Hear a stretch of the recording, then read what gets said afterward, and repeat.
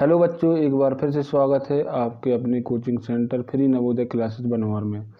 आज हम मैथ का चौथा अध्याय गुणनखंड, गुणज एवं उनके गुण, इससे जितने भी क्वेश्चन अभी तक नवोदय के टेस्ट में आए हैं वो आज हम सीखने वाले हैं। देखो किस प्रकार के क्वेश्चन नवोदय टेस्ट में आते हैं। जैसे अपना पहला क्वेश्चन जो है 2100 के अभाज्य गुणनखंड हैं। ये कब आया था? 2022 में। अब अभाज्य गुणनखंड, अब देखेंगे हम अभाज्य गुणनखंड। अभाज्य गुणनखंड, अगर किसी भी संख्या का अभाज्य गुणनखंड निकालना है तो हम किस प्रकार से निकालते हैं, है ना। अब देखो 2100 का निकालना है, तुम्हें किसका निकालना है? 2100 का। 2100 के जितने भी अभाज्य गुणनखंड होंगे वो निकाल आएंगे। देखो अब किस प्रकार से निकालते हैं हम अभाज्य गुणनखंड। सबसे पहले हम 2 से भाग देंगे, 2 एकम 2।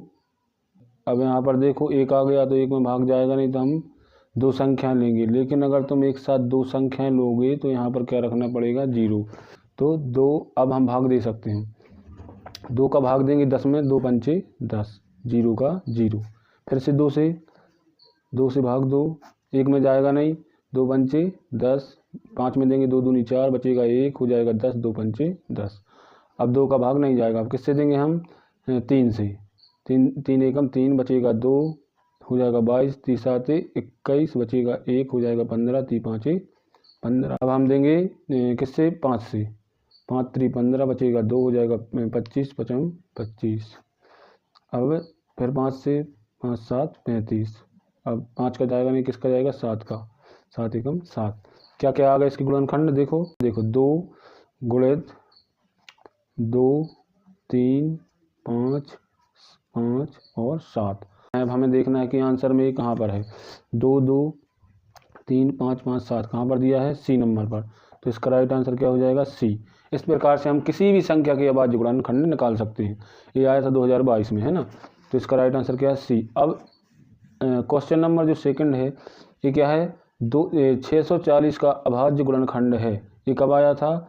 ये आया था 2020 में। अब 640 का भी हम अभाज्य गुणनखंड निकाल सकते हैं। 640 अब किससे देंगे? 2 से ही भाग दो, 2 3 6, 2 दूनी 4, 0 का 0। फिर 2 से 2 एकम 2, बचेगा 1, हो जाएगा 12, 2 6 12, 0 का 0।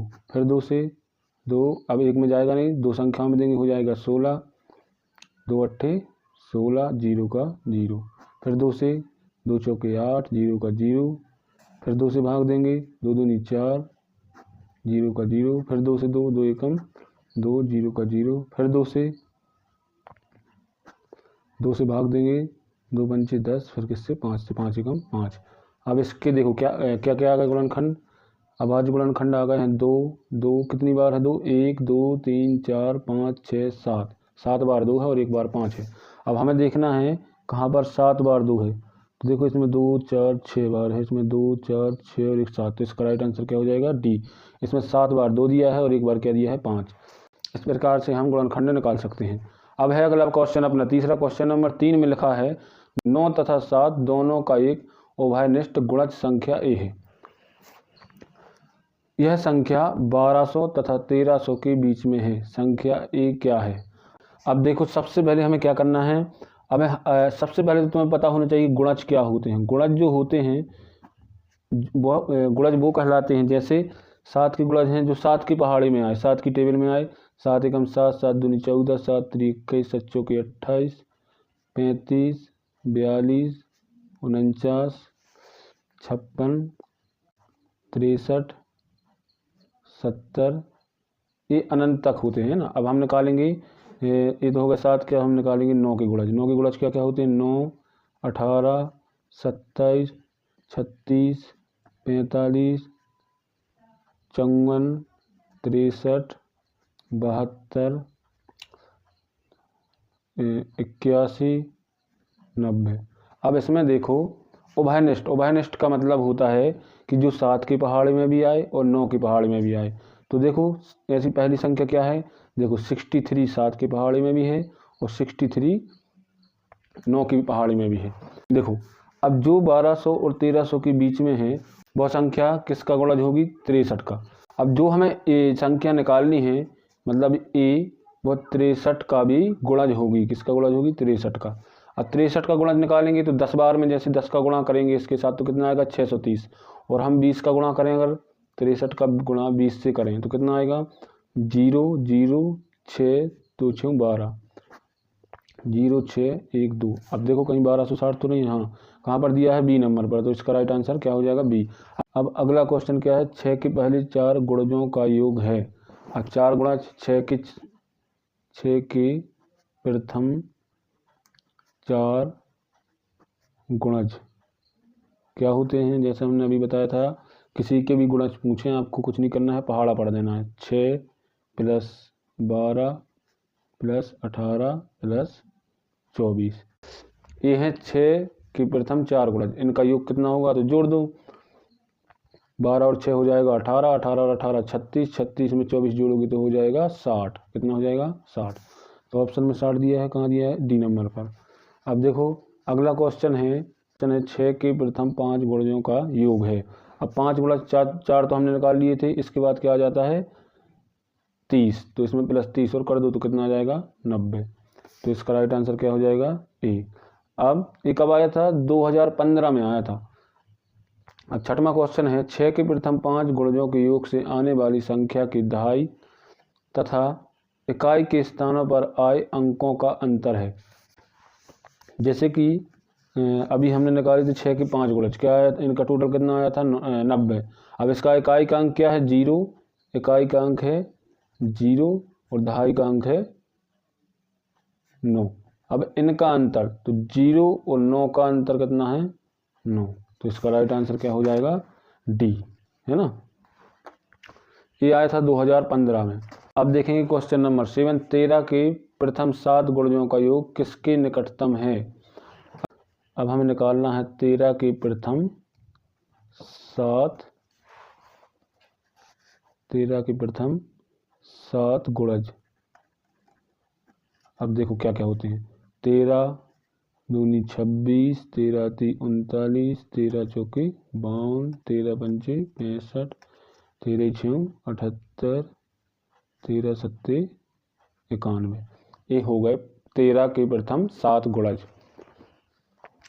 अब इसमें क्या लिखा था 13 के प्रथम 7 गुणजों का योग। अब हमें क्या करना है, इनको जोड़ना है।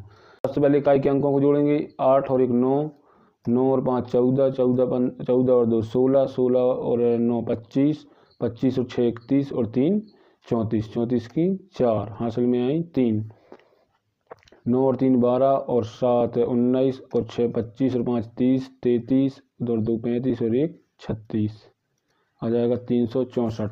इसमें लिखा था इसमें लिखा था किसके निकटतम है, तो किसके निकटतम है 360 के, 365 के, 370 के, 375 के। तो इसका राइट आंसर हो जाएगा बी। क्यों, क्योंकि हमारा कितना आया था 364, तो किसके निकटतम है 365 की। 30 के गुणनखंड हैं। अब हमें 30 के गुणनखंड निकालने हैं, तो 30 के गुणनखंड क्या क्या होते हैं देखो। अब 30 किस किस से कट सकता है, 30 के गुणनखंड 1 से भी कट सकता है, 2 से भी कट जाएगा, 3 से भी कट जाएगा, 4 से कटेगा नहीं कटेगा, 5 से भी कट जाएगा, 6 से भी कट जाएगा, और 7 से नहीं कटेगा, 8 से भी नहीं कटेगा, 9 से भी नहीं, 10 से कट जाएगा, और किससे कट जाएगा 15 से, और 30। अब देखो कहाँ पर है ये ऑप्शन, जहाँ पर लिखा हो 1 2 3 5 6 10 15 और 30।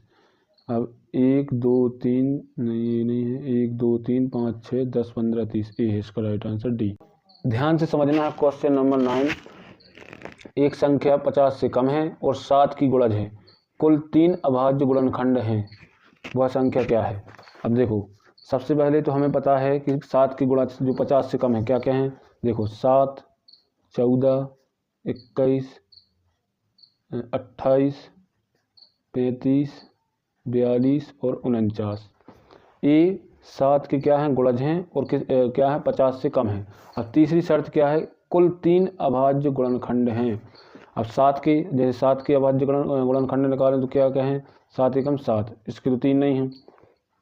14 की निकाल के देखो, 2 सत्ते 14, 7 एकम 7, 14 के कितने हैं 2 और 7। अब देखो अगली संख्या 21, 21 के हम अभाज्य गुणनखंड निकालेंगे तो किससे 2 से भाग जाएगा नहीं, तो किससे देंगे 3 से, 3 7 21, 7 एकम 7, इसके भी कितने हैं 2।